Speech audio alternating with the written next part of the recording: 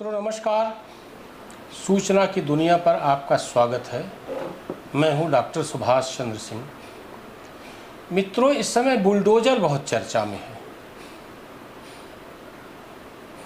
योगी बाबा का बुलडोजर तो पिछले 7 सालों से चर्चा में है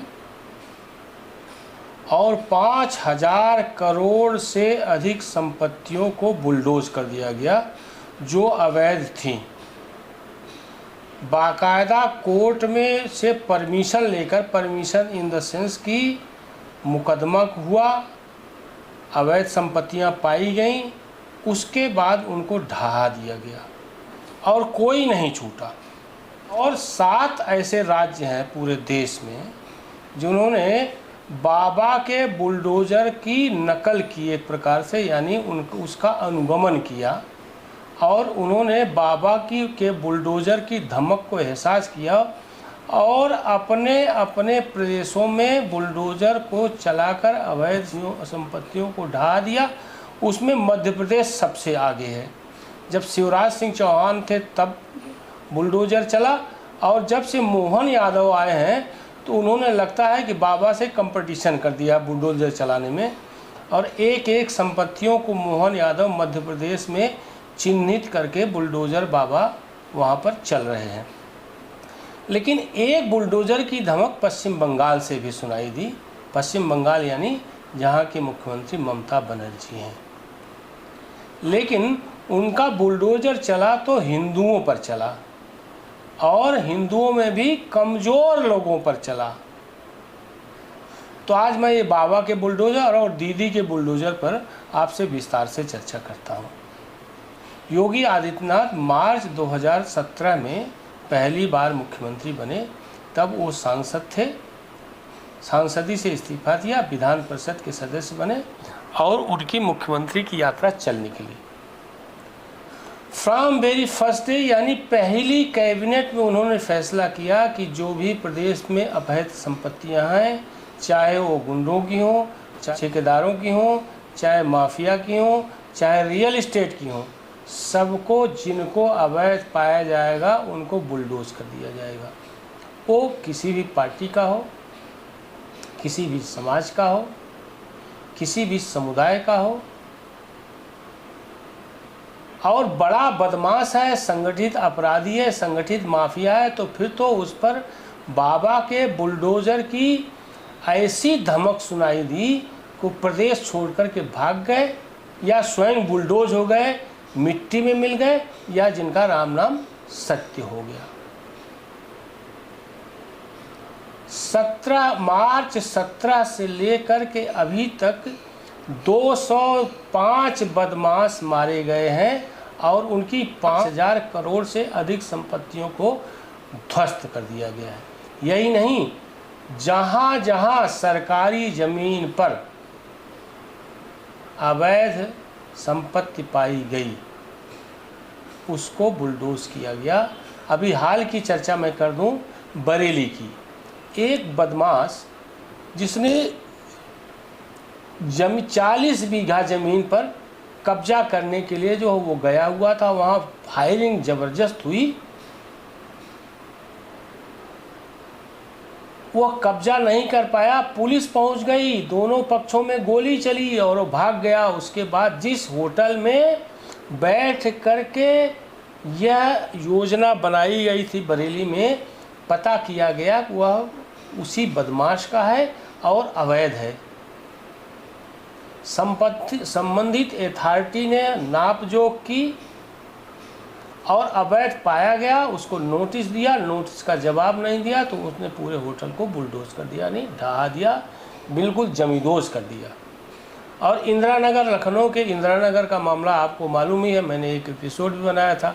अकबर नगर 1, अकबर नगर 2, रहीम नगर, यानी 70% वहाँ 80% मुसलमानों ने जो कुकरैल नदी थी उसको नाला बना दिया। आसपास दोनों तरफ मकान, दुकान और औद्योगिक आस्थान बनाकर करोड़ों करोड़ रुपया जो है कमाया।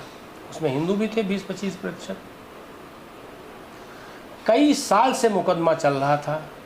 मुकदमा जब सरकार ने जीत लिया इसमें उसने जिन जिन लोगों की अवैध संपत्तियों को गिराने का फैसला किया, पहले उनको फ्लैट दिए गए, उसके बाद पिछले 10, 12, 15 दिनों में पूरे अकबर नगर को साफा चट्ट कर दिया गया, यानी पूरा बुलडोज करके समतलीकरण हो गया।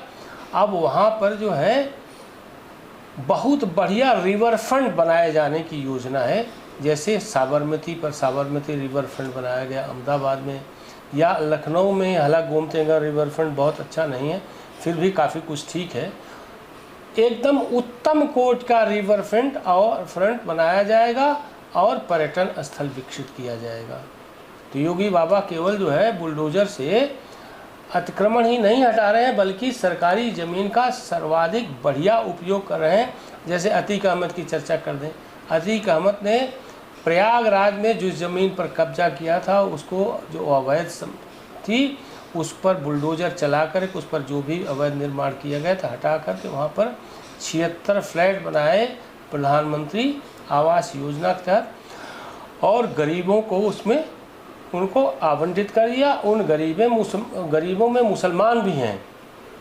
इसी तरह से माफिया मुख्तार अंसारी जो जेल में मर गया, उसके 200 से अधिक गुर्गों की संपत्तियों को जब्त किया और कई को इनकाउंटर में मारा गया।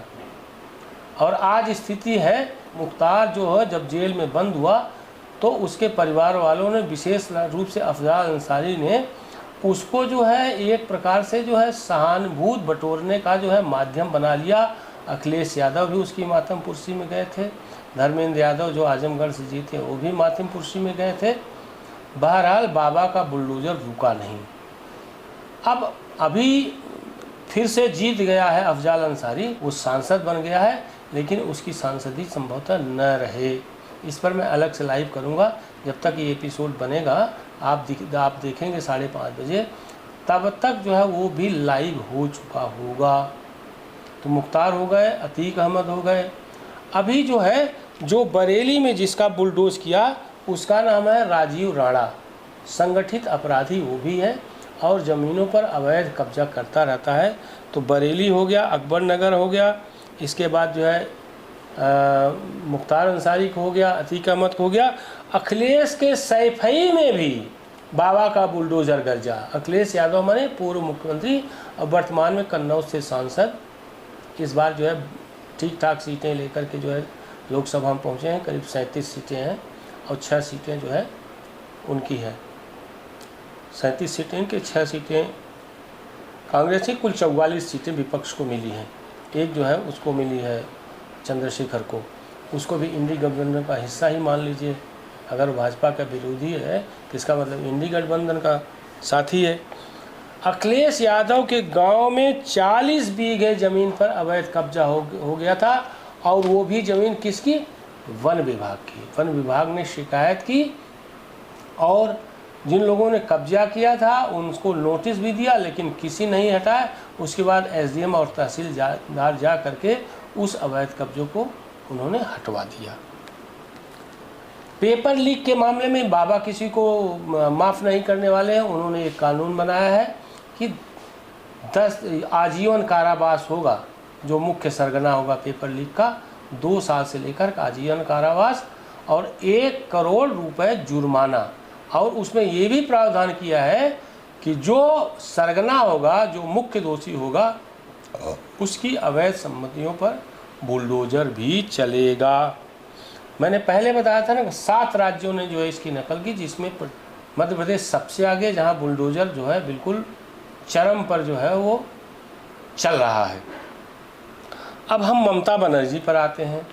हाई कोर्ट ने एक बार जो है अवैध अतिक्रमण के मामले में हल्के फुल्के अंदाज में कहा था कि अगर आपके पास बुलडोजर न हो तो आप बाबा से मंगवा लीजिए, यानी यूपी से मंगवा लीजिए।